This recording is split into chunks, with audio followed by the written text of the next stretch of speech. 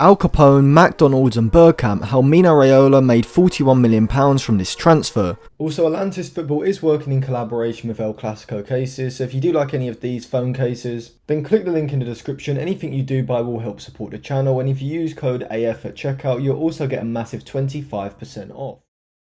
So it's the summer of 2016 and Paul Pogba is on the verge of completing a sensational transfer, returning to Manchester United. The club that he had controversially left 4 years previous were now ready to pay a world record fee of £90 million to secure his services. But Paul Pogba is not the protagonist of this video, that is his agent Mino Raiola, who would be making a stunning £40 million from this transfer. But his story goes back much further than 2016 and this transfer, and in fact Raiola's biggest contribution to this transfer was actually back in 2012. The story of Mino Raiola has three main storylines: his entry into football in the 90s, Pogba's departure from Manchester United in 2012, and Pogba's 2016 return to Manchester United. However, it also involves side stories involving Dennis Bergkamp, Pavel Nedved, Zlatan Ibrahimovic and Erling Haaland that show exactly why Raiola is trusted by players despite being public enemy number one in the media. So Mino Raiola was born in Italy in 1967 but moved to Haarlem in the Netherlands a year later.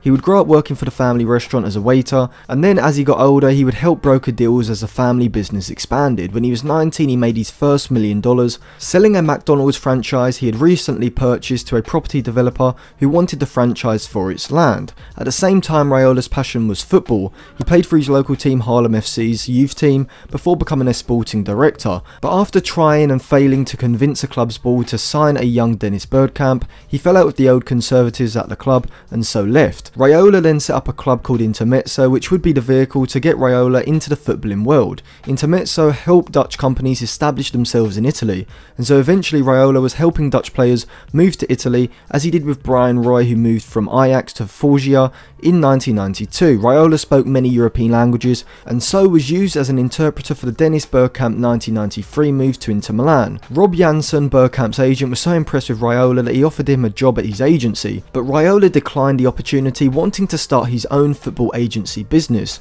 23 years after the Bergkamp move, Raiola would be the most talked about football agent, with his love-hate relationship with Manchester United at the centre of a media circus. From Paul Pogba's £90 million transfer in 2016, Raiola was paid an astonishing £23 million up front. He also had a clause in the contract that United signed with Pogba that Raiola would be paid £3.3 million per season that Pogba remained at the club, which means an extra £16.5 million over the course of the contract. Add on the £2.2 million that United gave Pogba to pay Raiola's agent fee, and the sum that Raiola made from Pogba's 2016 transfer stands at an insane £41 million, which is more than $50 million. But why did Raiola get an agent fee that was almost half the transfer fee that United paid to sign Pogba from Juventus?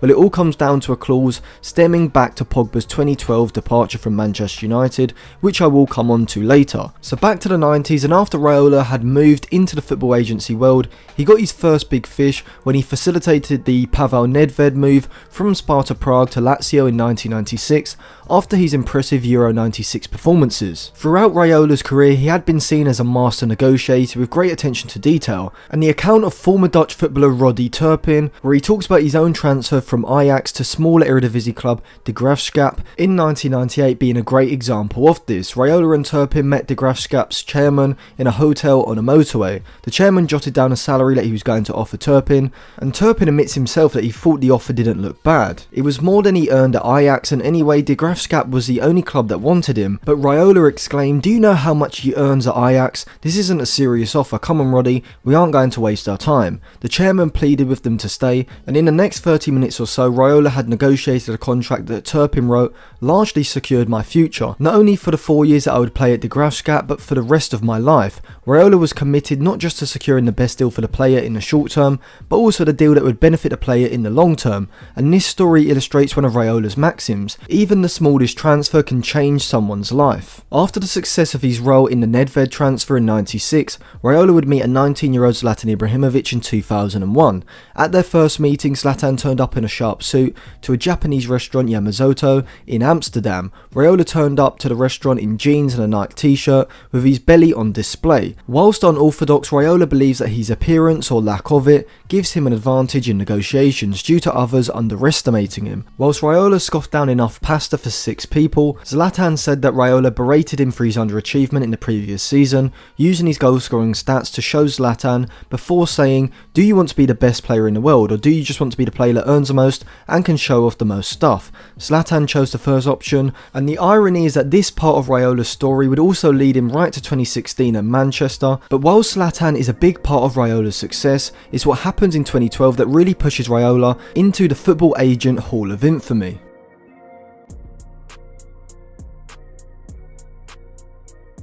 Ferguson says to Raiola, I don't talk to you if the player's not here. Raiola says, get the player out of the locker room and sit him here. Pogba enters the room. Ferguson to Pogba, you don't want to sign his contract? Pogba replies, we aren't going to sign his contract under these conditions. Ferguson turns to Raiola and says, you're a twat. This was the reported discussion Raiola and Pogba had with Sir Alex Ferguson and Manchester United in 2012 when a then 18 or 19-year-old Pogba was running down his contract, which was set to expire in the summer of 2012. Pogba would end up leaving United after feeling he was not getting enough playing time and that according to Raiola he was being significantly underpaid by United. Ferguson made no secret of his disdain for Raiola in later years, referring to him as a shitbag when discussing Paul Pogba. Raiola negotiated with Juventus and Pogba agreed to join the touring club, with them having to pay just £800,000 in compensation to United. But whilst United lost one of their best young players, for both Raiola and Pogba this still ignited both of their careers, and particularly for Raiola because he had a clause in Pogba's Juventus contract which would come back to reward him very handsomely in 4 years' time. But 2012 wasn't Raiola's first involvement in English football. In 2010 Raiola assisted in Balotelli's move from Inter Milan to Manchester City for €22 million. Balotelli's antics put him constantly in the news, with incidents like the fireworks in the house being clear examples of Balotelli's chaotic nature. I may do a video explaining the whole of that story, so if you want to see that, make sure you subscribe to the channel and click the bell so you get notified if that video comes out. Raiola is also Romelu Lukaku's agent, and he was instrumental in bringing Lukaku to Old Trafford in 2017. In fact, Mino Raiola's love-hate relationship with Manchester United is stronger than you may think, as in 2016 United bought 3 players. 3 of those players, Ibrahimovic, Pogba and Mkhitaryan, were Mino Raiola clients. Right now Raiola is also the agent of Manchester United's Jesse Lingard, and Raiola also has his finger in a very big pie by also being Erling Haaland's agent, so Mino Raiola's influence is just as strong as any agent in the game. So Raiola eventually got £41 million after Pogba's £89.3 million move to Manchester United. But why was Raiola's cut so much, nearly 50% of the total transfer fee? Well, it's because in Pogba's original Juventus contract, Raiola insisted that because he was able to move Pogba to Juventus, with them only having to pay £800,000 in compensation to United, there'd be a clause in the contract stating that Raiola would receive 50% of any future transfer fee that Juventus received for Pogba above £40 million.